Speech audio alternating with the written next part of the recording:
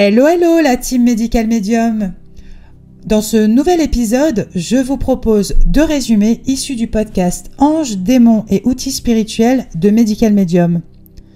Le premier résumé sera sur le chapitre Le puits et le deuxième résumé sera sur le chapitre Les routes invisibles du royaume spirituel.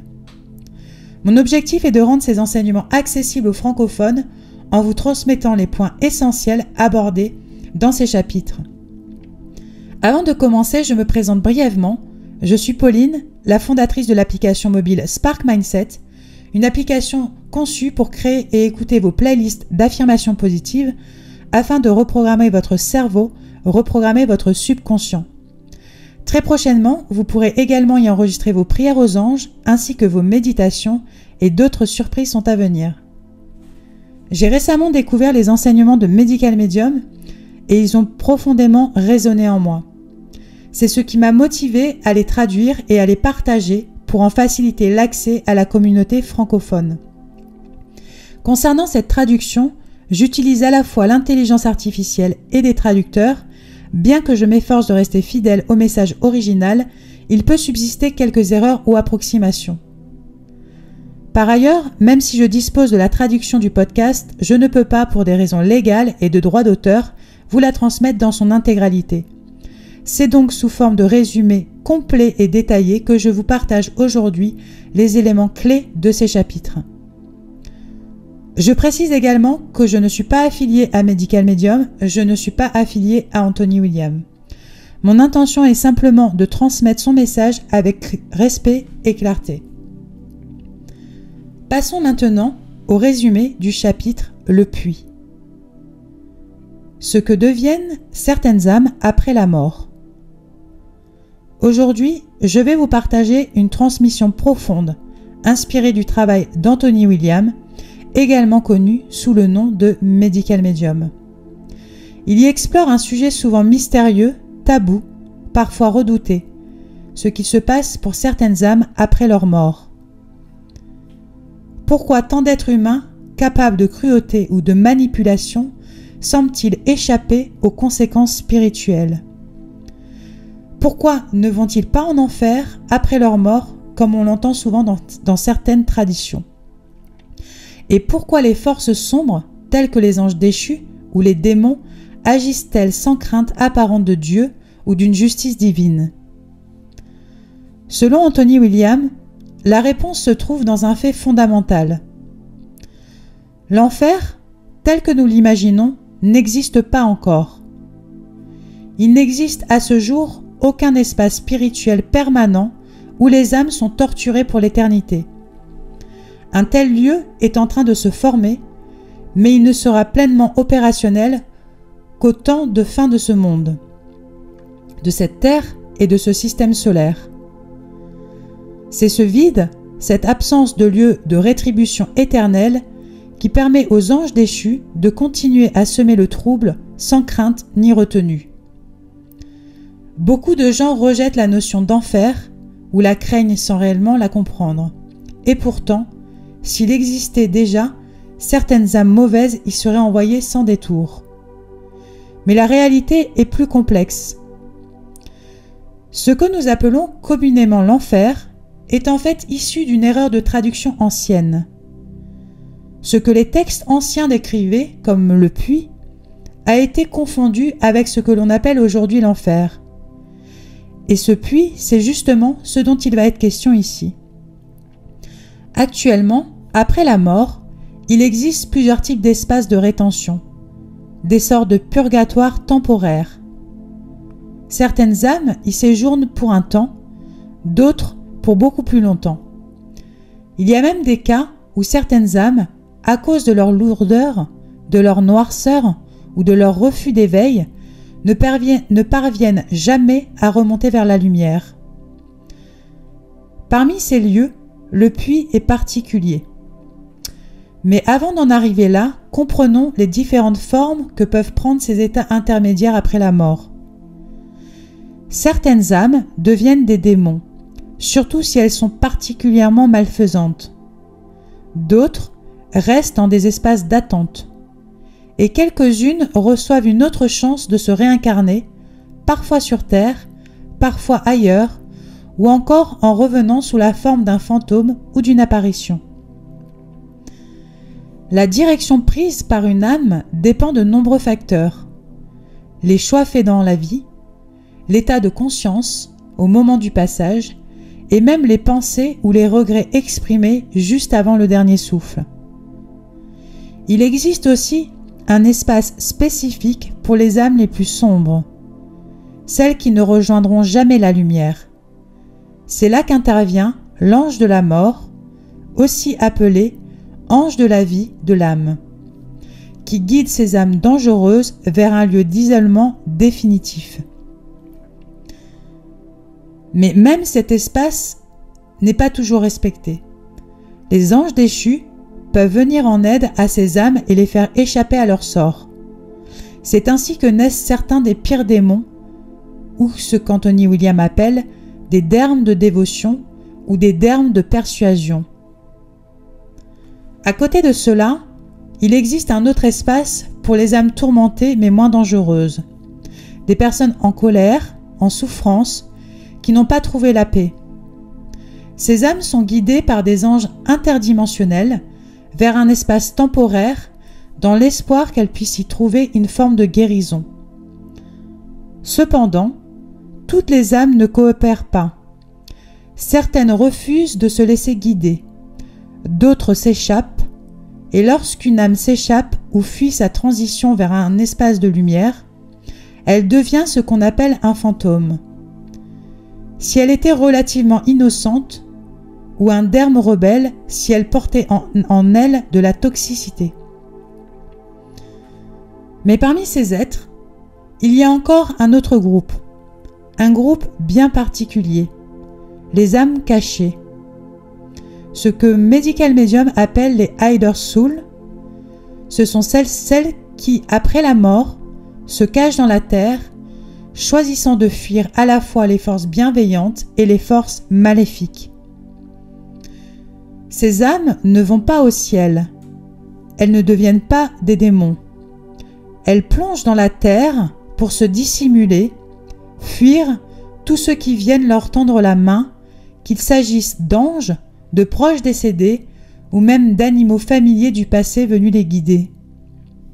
Pourquoi ? Parce qu'elles se sentent indignes de lumière ou trop honteuses pour l'accepter. Elles n'ont pas fait assez de bien durant leur vie pour que leur âme soit légère et puisse s'élever. C'est ici qu'Anthony William redéfinit le concept d'illumination. Être illuminé, c'est avoir suffisamment de bonté, de conscience et de compassion pour que l'âme devienne légère et puisse monter à la fin de la vie. C'est cela, l'illumination véritable. Pas une idéologie, mais une qualité vibratoire de l'âme. Une âme lourde, encombrée de trahison, de tromperie, de désespoir ou de cruauté, ne s'élève pas. Elle est attirée vers le bas par la gravité spirituelle de son propre fardeau. Et lorsque cette âme choisit consciemment de fuir, de se cacher, elle s'enfonce dans la terre, parfois à quelques mètres, parfois à plusieurs centaines de mètres. Elle devient une âme cachée. C'est dans cette descente que certaines finissent par se réfugier dans un lieu particulier, le puits. Le puits, dans sa dimension spirituelle, n'est pas une prison créée par Dieu ou les anges. C'est un lieu choisi par l'âme elle-même, une forme de purgatoire personnel dans lequel elle cherche à se dissimuler, espérant échapper à toute confrontation avec les autres, mais surtout avec elle-même. Au début, ce puits peut même paraître apaisant, presque sacré, de la pierre, du granit, de l'eau, du silence. Mais très vite, la solitude devient insupportable et le lieu se transforme en prison intérieure. Ce puits spirituel est l'origine de la confusion historique avec l'enfer. Dans les temps anciens, les puits étaient utilisés comme outils de punition. On y jetait des personnes pour les faire souffrir, voire mourir. Les civilisations anciennes ont nourri cette mémoire collective, celle d'un puits qui inspire la peur. Et certaines personnes, ayant vécu des expériences de mort imminente, ont décrit être passées par ce lieu mystérieux. Elles parlent d'un plongeon dans la terre, d'une tentative d'échapper à une lumière pourtant bienveillante. Et après un retour miraculeux à la vie, elles ont pu raconter ce passage dans ce qu'elles ont appelé elles aussi le puits. Ces âmes ne sont pas démoniaques, elles sont en fuite, en lutte intérieure, parfois en rejet de leur propre culpabilité ou honte. Et c'est leur conscience, leur état mental et émotionnel au moment de la mort qui les pousse à s'y enfermer. Le contrôle surnaturel sur ces âmes est en grande partie lié à leur propre état intérieur. Elles n'ont pas pu faire la paix avec leurs actions, elles n'ont pas su dialoguer avec une force angélique au moment du grand passage. Elles n'ont pas reconnu leurs fautes. Leur purgatoire est une extension de leur conscience. Les espaces comme le puits existent dans l'espoir qu'un jour, l'âme choisira de remonter, de se libérer, de chercher la lumière.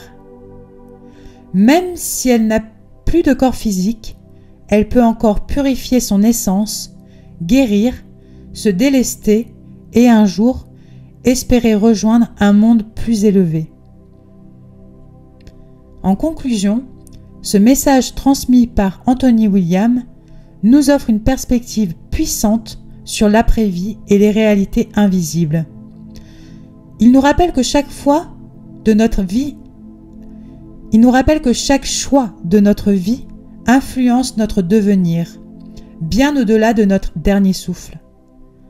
Le poids de notre conscience, de notre compassion, de notre bonté détermine si notre âme s'élèvera ou si elle plongera dans un lieu de solitude intérieure. Ce que nous appelons enfer n'est peut-être rien d'autre que le reflet de notre incapacité à nous pardonner et à nous transformer. Alors la vraie question devient: que puis-je faire aujourd'hui pour alléger mon âme? Passons maintenant au résumé du chapitre « Les routes invisibles du royaume spirituel ». Il existe un monde invisible autour de nous, un royaume spirituel où se croisent des forces immenses, opposées et pourtant en constante interaction. Les anges d'un côté, les démons et anges déchus de l'autre. D'après les enseignements d'Anthony Williams, ce royaume n'est pas seulement un espace vague et mystique, mais une véritable structure, une grille composée de routes, de sentiers, de carrefours. Et chacun de ces chemins est emprunté par les entités spirituelles en mission. Là où les ténèbres sont actives, là où les démons rôdent, dans des lieux animés comme les centres commerciaux, les fêtes, les carnavals ou même les stades, les anges, eux aussi, sont présents. Chaque fois qu'un acte destructeur est en préparation, qu'une âme sombre agit, des forces angéliques se tiennent prêtes à intervenir, à prévenir, à apaiser, à protéger. Ces deux camps coexistent, et même si les démons peuvent être plus nombreux aujourd'hui, leur puissance n'égale en rien celle des anges. Les anges sont bien plus forts. Ils œuvrent sans relâche, souvent dans l'ombre, pour contrer le chaos. Le royaume spirituel est parcouru par un vaste réseau de routes invisibles. Il s'agit de voies aériennes, d'axes de circulation par lesquels les entités spirituelles se déplacent. Certaines personnes peuvent même les traverser involontairement pendant leur sommeil, mais sans danger. Ce ne sont pas des zones hostiles pour les âmes humaines non corrompues. Les principales routes de cette grille sont angéliques. Bien qu'elles ne ressemblent pas à des routes terrestres, on peut les imaginer comme des autoroutes lumineuses traversant les terres. C'est par ces voies que les anges se déplacent instantanément, apparaissant et disparaissant en un clin d'œil lorsqu'ils sont appelés, même s'ils se trouvent à des centaines d'années et non simplement de kilomètres de distance. Ces routes ont été créées à l'origine uniquement pour la lumière, c'est-à-dire pour les anges de Dieu. Certaines d'entre elles sont même utilisées pour guider les âmes humaines vers leur destination après la mort. Mais les anges déchus connaissent aussi ces voies. Ils les ont autrefois empruntées lorsqu'ils servaient encore Dieu. Aujourd'hui, ils les utilisent rarement car c'est extrêmement risqué pour eux. De leur côté, les anges de Dieu évitent aussi les sentiers sombres forgés par les entités tombées. Chacun essaie de voyager sur des chemins propres, dégagés de la présence adverse. Les démons et anges déchus ont créé leur propre trajet dans la grille spirituelle. Des fissures, des failles, des sentiers tordus, façonnés par le passage répété de ces êtres.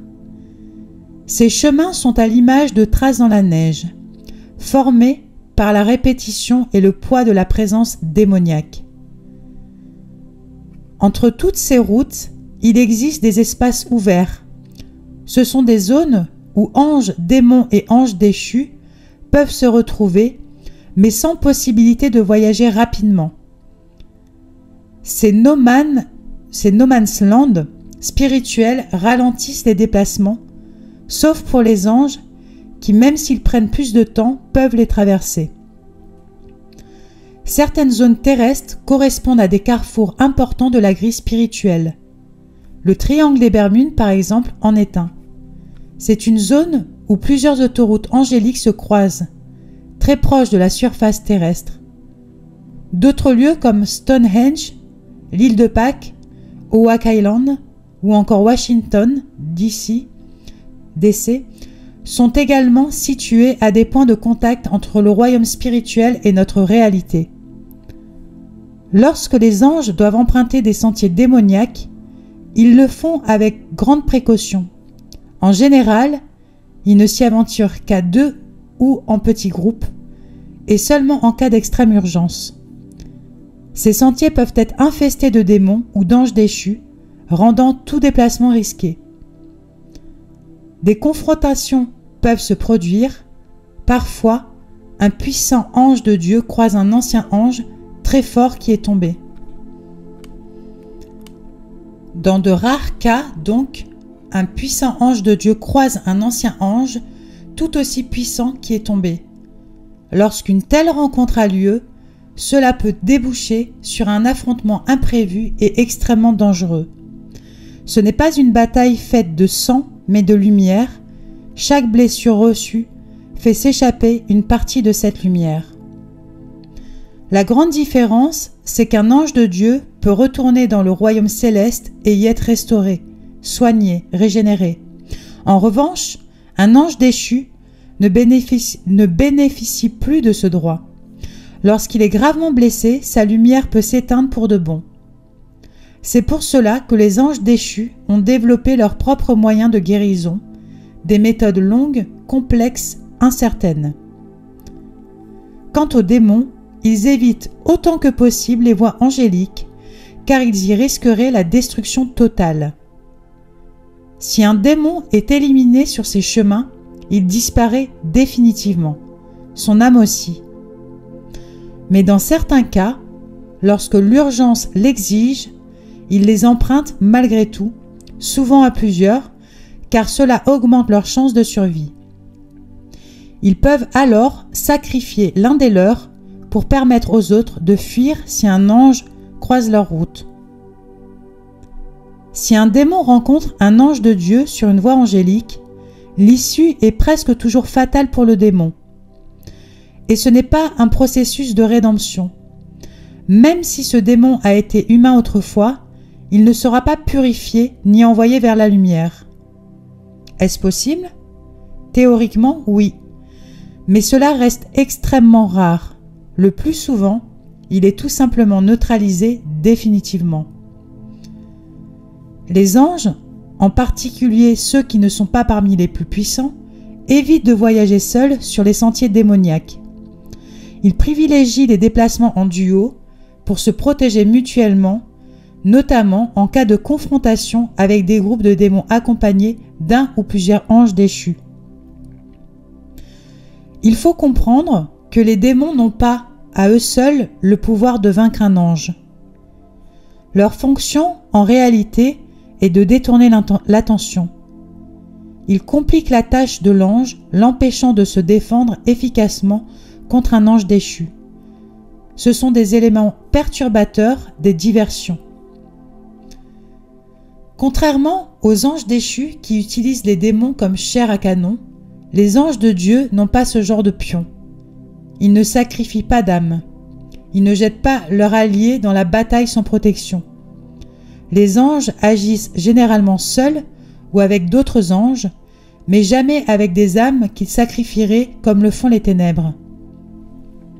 Et justement, le but ultime des anges déchus est de capturer et corrompre un maximum d'âmes humaines, pour les plonger dans un état de désespoir, tel qu'elles ne puissent plus jamais revenir vers la lumière, ni atteindre le royaume céleste.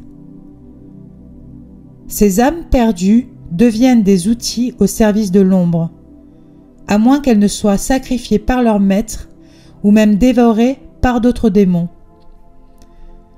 Il existe également des démons libres, non affiliés à un ange déchu. On les appelle des dermes, les dermes rebelles, des agents autonomes. Ces derniers peuvent aussi croiser la route des anges et poser problème, bien qu'ils soient généralement moins téméraires, car conscients du danger. Un autre point essentiel des enseignements d'Anthony William: les anges ont la capacité de voyager dans le temps. Ils peuvent remonter le passé ou s'avancer dans le futur. Cependant, Dieu leur impose une règle très stricte: ne pas interférer de manière significative, car toute petite modification peut avoir de lourdes conséquences sur le cours de l'histoire. Par exemple, une grande partie de notre technologie moderne vient d'échanges ou de découvertes liées à des civilisations extraterrestres. Si un ange, en voyageant dans le passé, perturbait l'un de ces échanges, cela pourrait provoquer un effondrement technologique total dans notre présent, voire des millions de morts ou le déclenchement accidentel d'un dispositif nucléaire. C'est pourquoi les anges n'ont le droit d'agir dans le passé qu'avec une extrême précision, et uniquement dans les cas absolument nécessaires. Ils doivent évaluer chaque geste, chaque interférence potentielle. Et soit dit en passant, la plupart des anges n'apprécient pas les extraterrestres, car beaucoup d'entre eux manquent profondément de compassion. Lorsqu'une âme quitte la Terre, elle entre elle aussi dans un voyage temporel. Elle quitte notre système solaire et traverse d'autres systèmes. Elle échappe aux lois du temps terrestre. Mais ici-bas, dans notre réalité actuelle, les anges sont limités. Ils ne peuvent pas empêcher physiquement une personne d'appuyer sur un bouton nucléaire. Ils peuvent tout essayer pour influencer, retarder, détourner, mais s'ils font face à un être dont l'âme est complètement corrompue, un mélange de ténèbres personnelles et d'influences démoniaques, alors ils ne peuvent rien faire. Pourquoi ? Parce que le libre arbitre est sacré. Dieu a voulu que le choix de chaque être humain soit respecté, même si ce choix mène au chaos. Cela fonctionne dans les deux sens. Un ange déchu ne peut pas forcer quelqu'un à appuyer sur un bouton nucléaire non plus. Ce que ces entités sombres font à la place, c'est utiliser des âmes humaines déchues, des démons anciens, pour influencer la conscience d'un vivant. Seules ces âmes peuvent pénétrer la psyché d'un humain et lui insuffler des idées destructrices. Si un ange déchu tentait de le faire directement, il perdrait une partie énorme de sa puissance et ne pourrait pas se recharger, car il n'est plus rattaché à Dieu.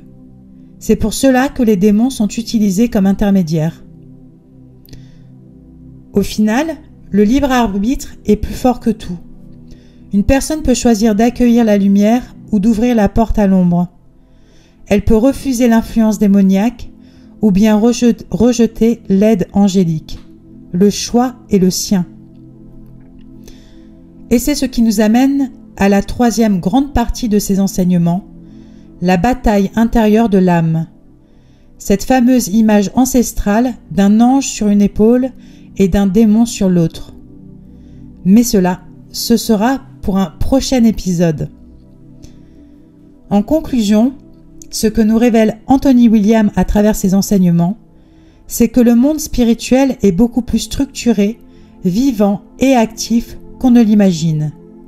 Il n'est pas abstrait, il est organisé, peuplé d'êtres qui œuvrent dans les deux directions, la lumière et l'ombre. Mais surtout, il nous rappelle que notre libre arbitre reste le plus grand pouvoir que nous possédons. Chaque décision que nous prenons ici-bas peut soit nous rapprocher des forces lumineuses qui nous protègent, soit nous exposer à des influences plus sombres. Nous ne sommes pas seuls, et chaque jour, chaque instant, notre conscience est un terrain de bataille, mais aussi un sanctuaire où nous avons le dernier mot. Voilà, c'est la fin de cet épisode. J'espère que ça vous aura plu et on se retrouve pour la suite des résumés. À bientôt, bye bye.